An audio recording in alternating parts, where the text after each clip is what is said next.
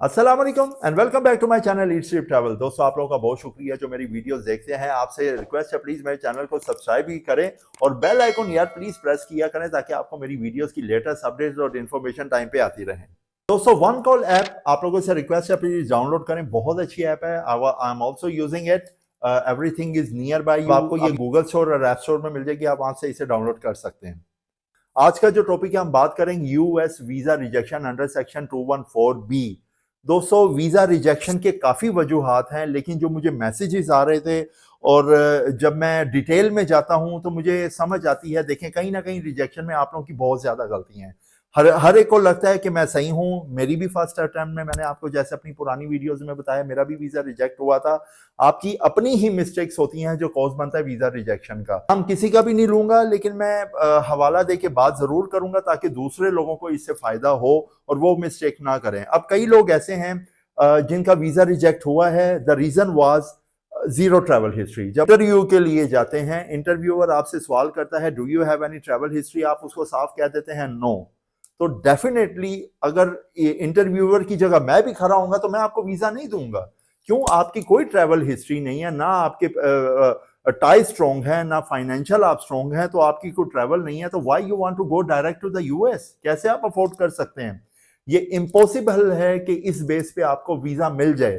फिर उसके अलावा कई लोगों के इस तरह के भी मुझे मैसेजेस थे कि जो फलाने मेरे अंकल के अंकल ने मुझे स्पॉन्सर किया है, मेरी टिकट भी वो खर्च रहे हैं, मेरे रहने का भी इंतजाम वो कर रहे हैं, सारा कुछ कर रहे हैं। Again, if I am interviewer, मैं आपको रिजेक्ट कर दूंगा। मैं क्यों आपको वीजा दूं?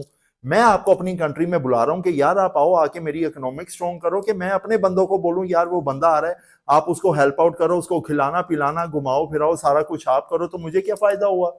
तो अगर मैं भी इंटरव्यूअर की जगह पे हूं, इस बेस पे मैं आपको रिजेक्ट कर दूंगा, मैं कभी भी वीजा नहीं दूंगा। एक बात मेरी आप याद रखें, जब आप इंटरव्यू के लिए जाते हैं, इंटरव्यूअर, आपने नोट किया होगा, कंटिन्यूअसली कीबोर्ड के ऊपर कुछ टाइपिंग कर रहा होता है। ये मैंने अपनी पहली वीडियो में भी ये बात डिस्कस की थी, मैं दोबारा इसलिए बता रहा हूं, अगर किसी ने नहीं देखी उसको ये बात पता चल जाए। जब वो इंटरव्यूअर आपसे बात करते हुए कंटिन्यूसली टाइपिंग कर रहा होता है, वो आपके ऊपर कमेंट फीड कर रहा होता है और वो कमेंट में लिख रहा होता है कि जी मैं इस चीज से सेटिस्फाई नहीं हूं, ये।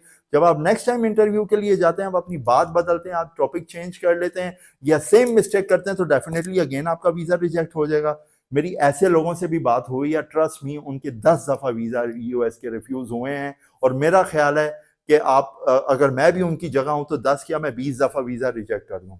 Zero travel history, zero finance, zero कुछ भी आपका नहीं है, तो आप कैसे एक्सपेक्ट करते हैं कि आपको यूएस वीजा दे? यूएस ऐसे वीजा नहीं देता। उनका पूरा राइट है, उनका हक है, आप उनकी कंट्री में जा रहे हैं। उनका ये सवाल होता है व्हाई यूएस।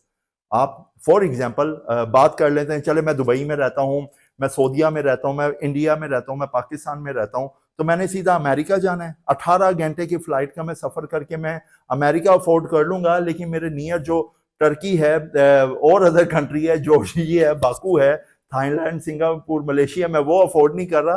तो मैं सीधा जो है जनाब, वो मैं अमेरिका जाना चाहता हूँ, और जिसकी भी टिकट भी, I don't know what is going on but it is expensive. जैसे आपको पता न्यू ईयर आ रहा है, वैसे टिकट्स एक्सपेंसिव हैं। तो जी मैं वो अफोर्ड कर लूंगा, मैं वो जाना बर्दाश्त कर लूंगा, लेकिन मैं अपने नियर बाय कंट्री में नहीं जा सकता। तो ये वजूहात हैं जिसकी वजह से आपके वीजाज रिफ्यूज होते हैं। मैं आपको बताता चलूं, जो आपका वीजा रिजेक्शन होने की सबसे पहले वजह बनती है इनकम्प्लीट एप्लीकेशन। जी हाँ, बिल्कुल, मुझे भी ऐसे मैसेजेस आते हैं, लोग कहते हैं सर वो मैं फलानी चीज लिखना भूल गया, वो उससे कोई मसला तो नहीं होगा? यार मसला नहीं होगा डेफिनेटली। जब आपकी इनकम्प्लीट एप्लीकेशन इंटरव्यूअर के सामने या एम्बेसी के अंदर जाएगी तो वो आपका इम्पैक्ट अच्छा नहीं पड़ेगा उसके आगे। वो डेफिनेटली देख के बोलेगा कि यार ये तो ऑलरेडी इतनी मिसिंग एप्लीकेशन है, तो मैं इससे क्या बात करूं। उसी टाइम वो फैसला कर लेते हैं, आपको एक डॉट उस पर लग जाता है कि ये बंदा जब इंटरव्यू के लिए आएगा तो इसके साथ बड़ी केयरफुल जो है, बड़ा वो बरीकी से इंटरव्यू करना है, क्योंकि बेसिकली मकसद ये है आपने उसको सेटिस्फाई करना है। आप अगले के घर जा रहे हैं, फॉर एग्जांपल एक मिसाल मैं दे देता हूं, हम किसी के घर जा रहे हैं तो गंदे आदमी को या बुरे इंसान को आप अपने घर में तो नहीं लाएंगे ना। डेफिनेटली हर जो मेहमान आता है आपके घर में, तो उसकी एक हिस्ट्री होती है कि वो अच्छे घर से बिलोंग करता है, मेरा बड़ा अच्छा दोस्त है, इतने साल से मैं जानता हूँ, उसकी ये बैकग्राउंड है। तो आपके घर वाले भी खुशी से उसको एक्सेप्ट करते हैं और अपने घर इनवाइट करते हैं, हाँ जी बिल्कुल आए। अगर मैं बोलूं जी वो थरे में बैठने वाला है, या वो उसने ये इतनी चोरियां की हैं, उसके ऊपर ये क्रिमिनल रिकॉर्ड है, तो वो हमारा गेस्ट आ रहा है, को आपके फैमिली मेंबर अलाउ करेंगे? सेम इसी तरह इमिग्रेशन मैटर करता है। जब आप किसी कंट्री का वीजा अप्लाई करते हैं, ये चीजें सेम लॉज, ये रूल लागू होते हैं। उनका पूरा राइट है, उनका पूरा हक है। आपको टटोलें, चेक करें आपका क्रिमिनल रिकॉर्ड, आपकी बैकग्राउंड क्या है, आप कितने स्ट्रॉन्ग है, आपके फाइनेंशियल क्या स्ट्रॉन्ग है, डॉक्यूमेंटेशन आपके क्या क्या है, आप कहाँ जॉब करते हैं, क्या प्रोफेशन है, क्या सैलरी है, हर चीज मैटर करती है। मुझे ऐसे भी मैसेजेस आ रहे हैं, ट्रस्ट मी, कई लोग हैं वो मैं किसी को डिग्रेड या वो नहीं कर रहा, मैं एग्जाम्पल के तौर पे बात कर रहा हूँ।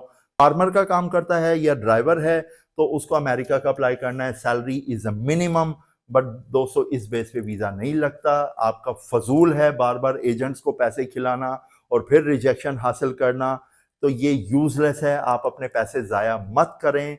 इससे बेहतर है आप किसी और कंट्री का ट्राई कर लें जहां आपका फ्यूचर सेफ हो जाए। आप, कई लोगों का मुझे ये भी मैसेज आता है, जी मैं इंटरव्यू के लिए गया, उसने मुझसे कोई डॉक्यूमेंट मांगा ही नहीं।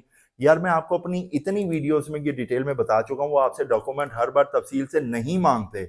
आपने उसको डॉक्यूमेंट प्रेजेंट करने हैं आपके सवाल के हिसाब से। फॉर एग्जांपल, उसने मुझसे जब सवाल किया कि व्हाट इज योर प्रोफेशन, मैंने अपना प्रोफेशन बताया, साथ ही मैंने अपना सैलरी सर्टिफिकेट उसके सामने रख दिया।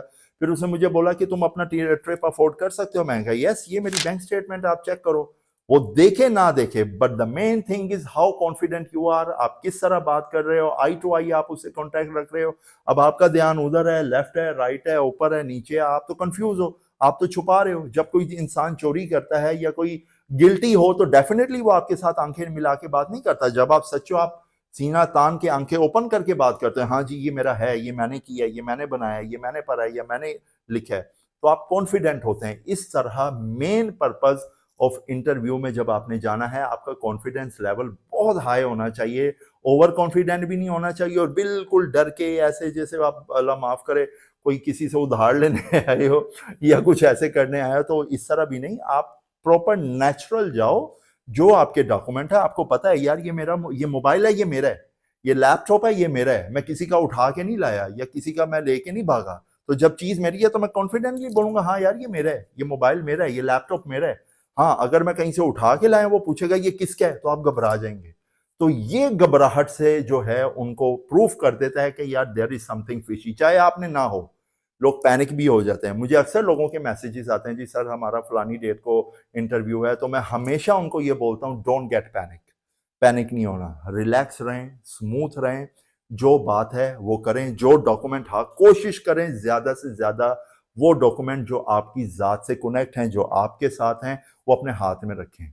आपने अलर्ट रहना है, बी एक्टिव, डॉक्यूमेंट हाथ में रखें। पासपोर्ट बड़े प्यारे तरीके से इंटरव्यूअर को पेश करें, उसको प्रेजेंट करें, आपसे वो बात कर रहा है, स्माइली फेस, अच्छी गुड लुक, दाढ़ी है तो खत बना के रखें, क्लीन शेव अगर आप रखते हैं तो क्लीन शेव रख के जाएं, जुअल और अच्छी ड्रेसिंग करें। यही नहीं कि आप दूल्हा बन के चले गए हैं या वो आप बड़े फैंसी कपड़े पहन के चले गए हैं। जो आपकी नेचुरल लुक है, अगर आप शलवार कमीज पहनते हैं, सिंपल खूबसूरत सी, ऊपर वास्केट पहने प्यारे तरीके से। इसी तरह लेडीज के लिए नेचुरल अपनी ड्रेसिंग करके जाएं। हिजाब लेती हैं, हिजाब में जाएं, doesn't matter, they don't mind.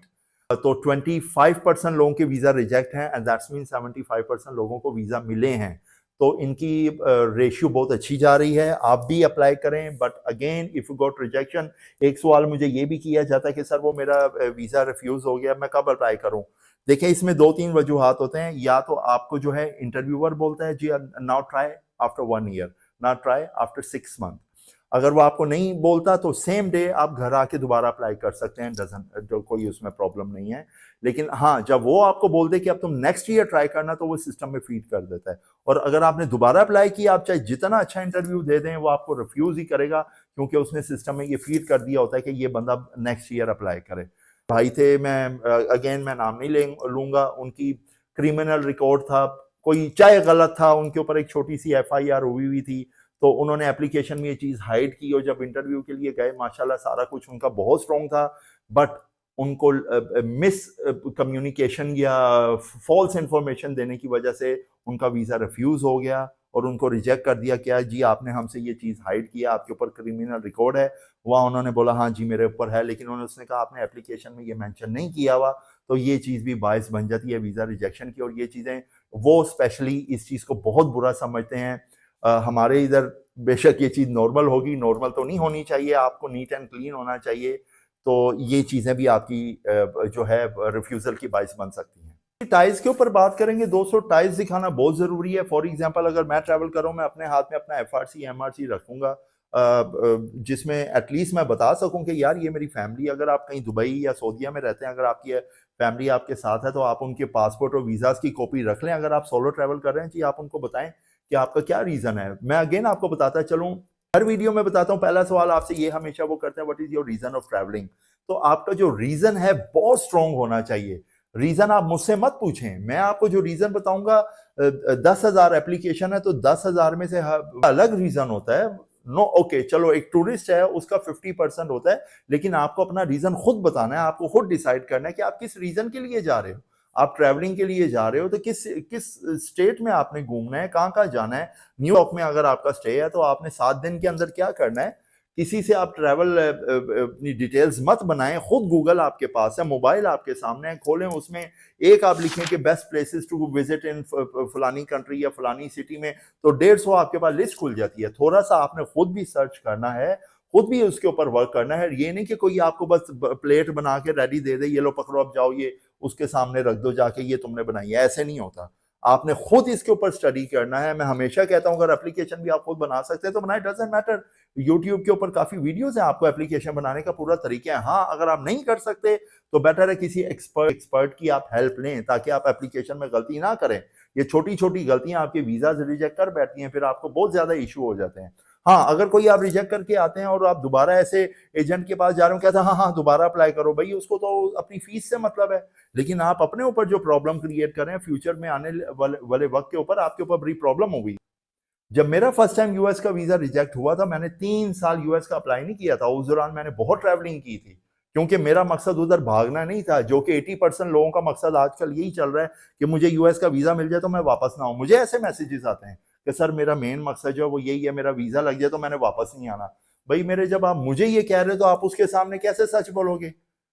आप डिटेल में ही मुझे बता रहे हो कि मैं आपको हमेशा गलत चीज में मैं कभी गाइड नहीं करूंगा। मैं आपको नहीं कहूंगा इसके ऊपर जाके आप उधर भाग जाओ या अगेंस्ट द लॉ है। आप ट्रैवलर हो, आप टूरिस्ट हो, आप B1 B2 पे जा रहे हो, आप बिजनेस, ये B1 B2 tourism and business है। हाँ, अगर आप जाते हो अपने टाइम ड्यूरेशन के अंदर, आप कोई बिजनेस सेटअप करते हो तो मोस्ट वेलकम, वो आपको वेलकम करते हैं। आप आए उनकी कंट्री में, लेके जाएं $1,00,000 $2,00,000, तो आपको देखें ग्रीन कार्ड भी इशू करेंगे, सब कुछ मिलेगा। इन्वेस्ट करें उनकी कंट्री पे। हाँ, आपका मसला है कुछ भी नहीं है, आपके पास वीजा स्टेटस भी आपका जीरो है, पैसे भी नहीं है। अब आप कह रहे हैं जी मैं जाके मजीद उनकी इकोनॉमिक को वीक कर दूं, तो ऐसे वो आपको एंट्री नहीं देते। ये आप भूल जाए मेरे भाई, आप इस तरह वीजा अप्लाई नहीं करें, ये गलत है। आपको मजीद रिजेक्शन का सामना करेगा और फ्यूचर में ऐसे वीजा नहीं मिलता। तो आज की भी जो वीडियो थी, मेरा बनाने का मकसद आप लोगों से इस टॉपिक के ऊपर डिस्कशन करना था।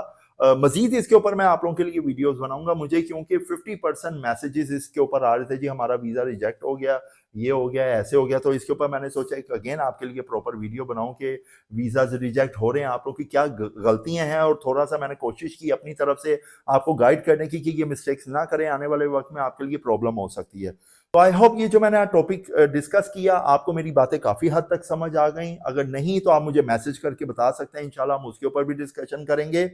थैंक यू सो मच दोस्तों, मुझे देखने के लिए, मेरी वीडियोस को पसंद करने के लिए। प्लीज मेरे चैनल को सब्सक्राइब भी किया करें, वीडियोस को शेयर भी कर दिया करें, ताकि ये जो मेरा मैसेज है, जो अदर लोग हैं उनकी भी हेल्प हो जाए। और मुझे प्लीज टिकटॉक और इंस्टाग्राम में भी फॉलो करें, लिंक आपके सामने नीचे मैं शेयर कर दूंगा। इंशाल्लाह मिलेंगे एक नई वीडियो नए टॉपिक के साथ। तब तक मुझे इजाजत दीजिए, टेक केयर, अल्लाह हाफिज।